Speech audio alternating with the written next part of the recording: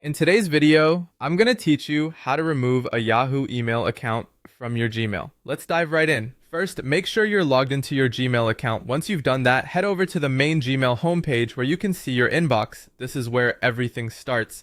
Now look to the top right corner of the page. You'll see a settings icon, which looks like a small gear. Go ahead and click on that. It's a one-stop shop for everything related to your Gmail account's configuration. After clicking that gear icon, a drop-down menu will appear. From this menu, we're going to select See All Settings. Doing this brings you to a new page where all the behind-the-scenes magic happens.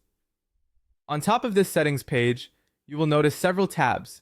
The one we need is Accounts and Import.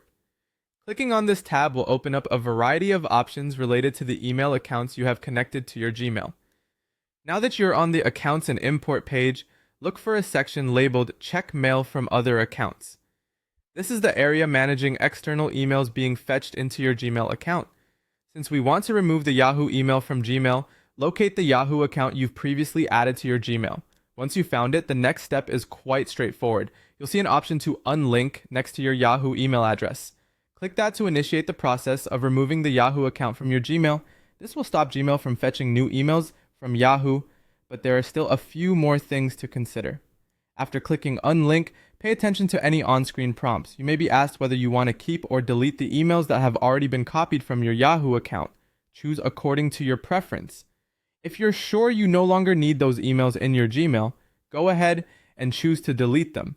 Otherwise, you can opt to keep them. And that's it.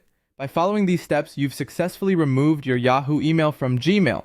No more cross-account confusion, and your Gmail will now be dedicated to whatever you want it to be without any distractions from your Yahoo messages.